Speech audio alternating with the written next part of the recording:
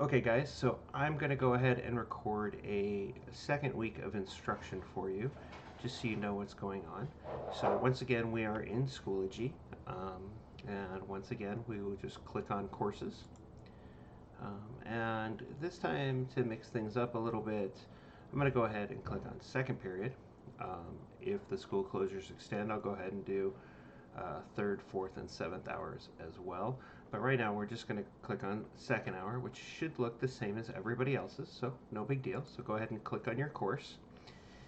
And then you see down here, you see your units, you see your instructions for e-learning. This is last week's instructions. And then your acknowledgement for e-learning. So I'm going to go ahead and click on Unit 7 because that's where my assignments are. But another alternative is you don't have to necessarily click on there. So we're going to click back here. And you can see here on the side, you have all your assignments coming up. So we have 7.15 all the way to 7.21. So we're going to go ahead and actually there's kind of a concern there because it's not showing your 7.22. So it's a good thing I came in here because now we can check on some stuff. So we're going to go in here to Unit 7 and we'll scroll all the way to down to the bottom once again, down here to World War II assignments. And so this is your first week one, 7.15. Well, that's weird, it is showing us too. Okay, so last week you ended with 7.18, the decision to drop the atom bomb. So this week, going 7.19 through 7.22, our focus is going to be on what's going on inside the United States during World War II. So we start out the week with a quick video. This is a John Green video, so I can hear you all groan, even though I'm all the way here in Buckeye. So you have World War II and the U.S. home front. So you watch the video here, and you'll take the quiz here, just like you did in week 1 of our quarantine Corona education week. Then the next 3, these are a little longer. These are going to require you to do some reading and thinking. So first we're going to click on Navajo Code Talkers so you understand what's going on. So here in World War II, the United States needed people to have codes that the enemy couldn't break, and they figured out, hey, we have these Navajo who don't have a written language. It makes it very difficult to transliterate. Not a lot of Japanese people speak Navajo. And so they grabbed these groups of Native Americans, and they took them along in fights, mostly in the Pacific, but some in Europe as well, and they communicated. So if you want to watch actually a cool video, and your parents allow you to watch an R-rated movie, it's called Wind Talkers. It's from 2002 with Nick Cage. It's about this. But in this assignment, you're going to answer these 4 questions. So you're going to read the passage. What is your reaction to it? So how do you feel? This passage is about a man called Chester Nez. And so his life is a big contradiction. So you're going to go ahead and read these questions, answer all these. Your passages are right here. This is a document.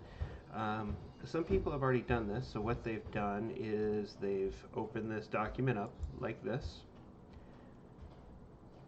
And then they've clicked File, Make a Copy, and then they've just typed in their answers right in here.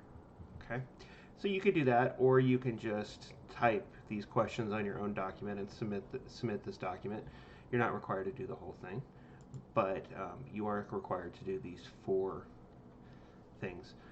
There is also a short YouTube video talking about Navajo Code Talkers that goes into a little more detail about them. That's not just Chester Nez's experience. So this is your first assignment you'll do. So you just type these answers out, and then you would click over here, Submit Assignment. Mine looks a little different, so it's not showing it. Once you're done with that, you can go on to the next assignment, which is about a thing called the Zoot Riots.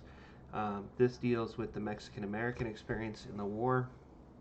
So I put on a kind of fun video that was kind of popular in the 1990s called Zoot Riots. It's by a band called Cherry Poppin' Daddies, and I'm sure some of you will laugh and think I'm being inappropriate, but that is the name of the video, or the name of the band. And so you can watch this video, and you do need to watch this video because it's to one of the questions. And then here is a video talking about its historical nature from History Channel.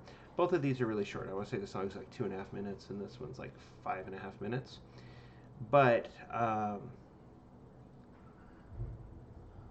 what I've done is there are a series of background materials that are here on this Google Doc, and these also have the questions that you'll answer, and then there are a series of documents. So let's go ahead and open up this Google Doc, and once again you could do the same thing.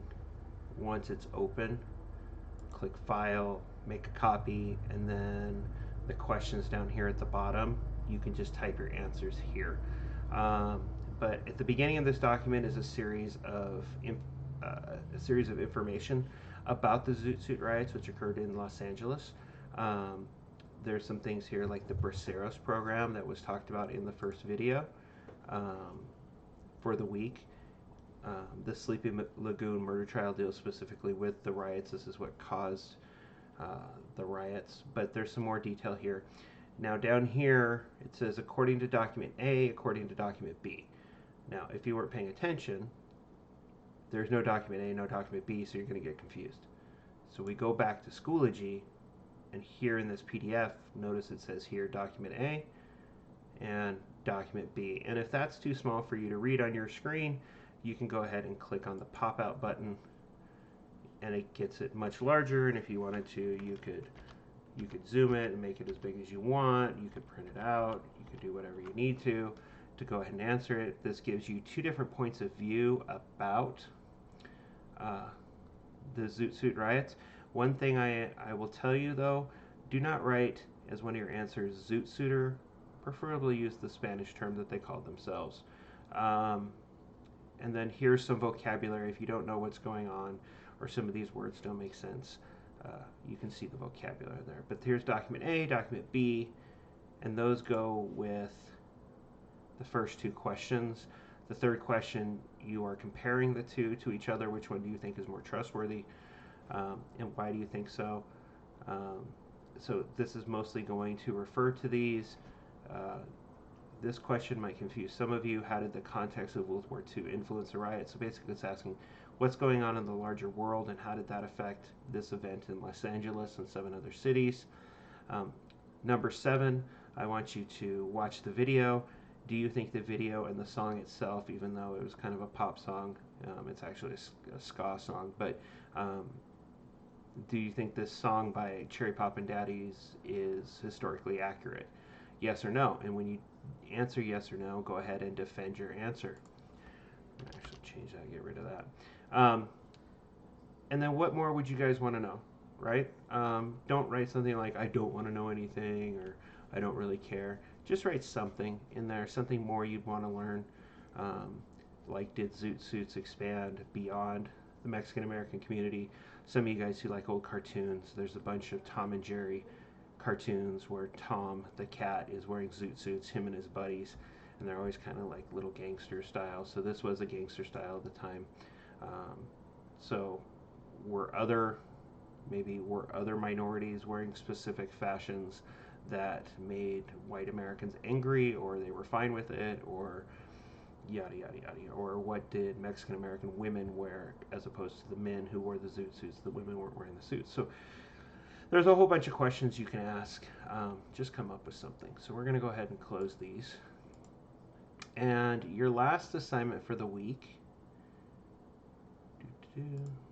go back to our purple folder, is Japanese internment.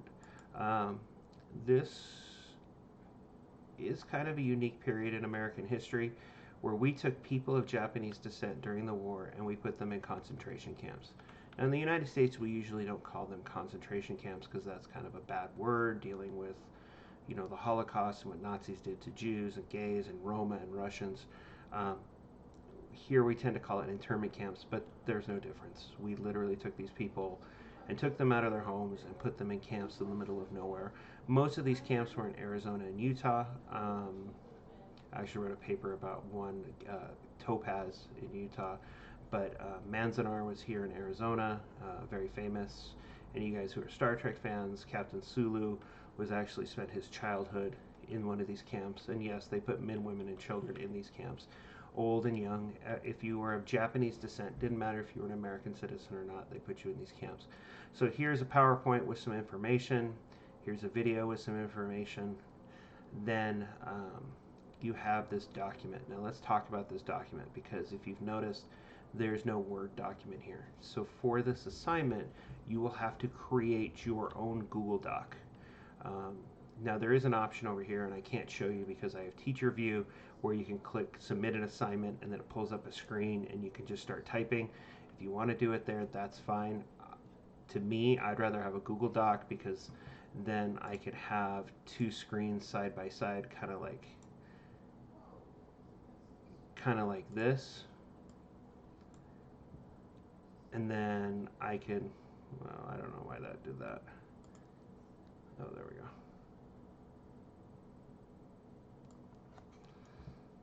I got a new mouse, and so it's kind of screwy.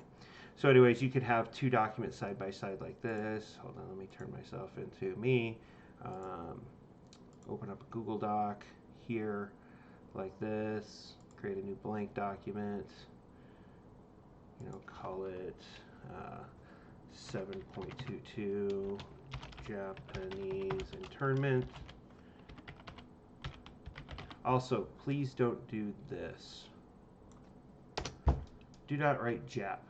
While many videos and documents from the time tend to call Japanese people Jap or Japs, this is a racially insensitive term, similar to the N word or the B word for Mexican Americans or the K word for Jewish people.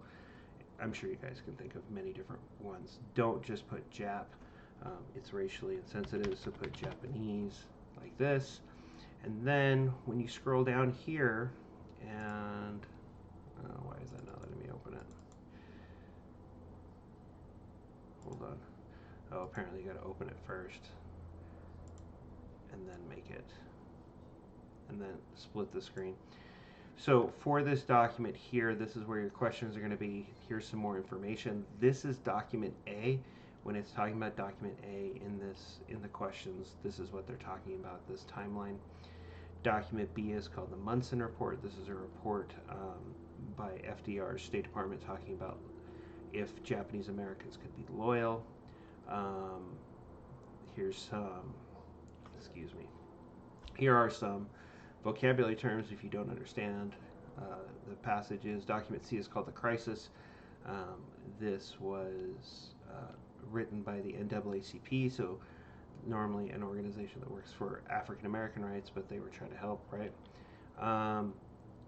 It talks about how we did not intern Japanese Americans on the East Coast, but we did intern them if they lived on the West Coast. Why is that? One of these Japanese Americans sued the U.S. government in Korematsu versus the United States. This was a very famous Supreme Court ruling where the Supreme Court said that, yes, the United States has that power and responsibility to intern people of Japanese American descent for national security reasons. This passage is going to have a lot of terms that you guys may not understand because it's more of legalese as opposed to English, but some of this vocabulary might help you. In 1980, we went back and looked at this. Congress did, and here's what they said about it. And of course it does that. There, let's go ahead and try to refresh. Let's see if it pops it up now. Oh yeah, okay, so it's still here. And so this is where you come to the questions. So what I would do if I was you is I would open up a document and I would type in my name. So I put John Alfred, and then I'd put my period. So since we're looking at period 2, I'd put period 2. And then I put my title, 7.22 Japanese internment. And then I'd come down a couple lines and I would write round 1. And then I would answer the questions from round 1. So in this document, the government newsreel, which is up at top, why do you think Japanese were incarcerated, right? So I would write government news reel, and then I would write reasons for, and I would just answer those, whatever those are, and then I would put reasons, if I could actually learn how to type, reasons against, dot, dot, dot, and whatever it is. And then I'd write hypothesis. So basically, why do I think the Japanese Americans were interned? Just answer in a complete sentence, then you don't have to write the question. If you guys want and you want to be lazy, let's see if it's letting me do it. It's not letting me do it for some reason. Sometimes you can just copy paste this. Round 2, we're going to go ahead and look at the Munson report and the crisis article, and once again go ahead and give a hypothesis. So I would just come down here and just write round 2, and then answer the questions here. Then you would do round 3. Okay, and then your final thing, and this is kind of for your end of the week, so it's going to be a little longer. Why do you think Japanese Americans were incarcerated? Okay, and in this you are going to want to use sources to back it up. So I'm going to write final hypothesis. And in this one, I would have it be 5 to 7 sentences and use sources. Okay, so this is just a paragraph. I think the Japanese Americans were incarcerated during World War II because blank. I can prove this because document C says that's the way it is, and document B also supports this. And in document E, looking back, it says yes, this was the reason why, even though it was not, or it was the right decision. Whatever you guys decide to do, this is an opinion question, so I want to hear your opinion. So not hard, but on this one, instead of giving you a pre-built Google Doc like I've done this week and the previous week, I want you to create a Google Doc for this. So that's going to be a little harder for you guys. Go ahead and close this, open this back up, and go back to Schoology. And that's all you have. So AP students, stick around. I'm going to talk about your final assignment here. The rest of you guys can go ahead and log off. You don't have to be here. But so period 7, we'll go ahead and go down to World War II assignments. Your assignments have slightly different numbers. Regular US history, it's 7.22 for Japanese internment. Yours is 7.23. But other than that, everything is the same here. You watch the same video, Navajo code talkers. I do expect AP level work on your answers. Don't just keep it to one incomplete sentence. I expect AP level work. But let's talk about your project. So in week 1, you picked your research and you turned in a rough draft and your sources, so where are you getting your information. Week 2 and this week, I want you to submit your final draft of your essay. I will attempt to get you guys, if you turn in your rough draft by Friday the 3rd, I will try to get this, I will try to get an edited copy or a commented copy back by Monday or Tuesday, so you have time to go ahead and finish a final draft. But even if I don't, or you submit it late, then you can edit things yourself. And we've talked about this, and one good way to edit essays is to read it as you wrote it. So read it out loud. You'll catch your mistakes because sometimes your brain is moving a lot faster than your fingers when you're typing. So go ahead and just read that out loud slowly as it is written, and that can help you fix things. Also, you need a final project for it, some kind of presentation. So you've seen in these lessons, sometimes there's PowerPoint, sometimes there's videos, sometimes there's charts. I just want you to present on your subject. So if you chose, excuse me, let's go ahead and click on this assignment here. If you chose, you wanted to look at technological changes and new ideas, you could keep it as simple as, I don't know, a 10-page PowerPoint, where each page of the PowerPoint or the Google slide has some pictures, and like the first one would be airplanes, and you talk about the change from some countries were still using biplanes at the start of the war to England, the United States, and Germany were all using jets at the end, and Japan and Russia also had jet programs being worked on. And then the next page, you could talk about submarines and how they improved, or the atomic bomb, or radios, or penicillin, or any of the things that you looked at here with this technology, this F. Um, Here, if you were focused on why the United States took so long to get in, right, you can talk about how many Americans were dealing with the horrors of the Great Depression and how they were still out of work, and there was still 12% unemployment rate on the eve of the war. And so many Americans, 1 in 10, felt like they needed to get a job before they could go fight a war. Or many Americans felt that Washington's admonition to keep out of world affairs and keep out of these entangling alliances was still the right way to go. And so you could put different documents. You could maybe find people that spoke out against the war. Charles Lindbergh is a great example of this. Also, Henry Ford is a great example of this. Why we should not be involved in this war. Yada, yada, yada. So whatever project you chose, or if you chose one of these from the World War II, National World War II Museum, just whatever one of these you want to talk about. If you want to go out and create a video, I'm cool with that. The video should probably be at least 2 to 3 minutes of you explaining it. If you guys need help, just let me know on one of the Zoom meetings, and I can walk you through it on how to record stuff on your computer, or you can record it on your phone. I'm just asking to make sure your sound is loud enough that we can all hear. So if you guys have questions, make sure you are logging in to make sure you're logging into the Zoom meetings every Monday morning, every morning between 7 and 9, and every afternoon between 1 and 3. I have sent you out an invite to your Dysart email, so if you can't find it, look there. If not, I will go ahead eventually and create some kind of document or page here with the link for Zoom meetings. This video will go ahead and be in another one that says instruction for e-learning for the week of 4/6 through 4/10. So hopefully this will help, but if not, make sure you're logging into those meetings. All right, guys, stay safe, wash your hands, and use some common sense.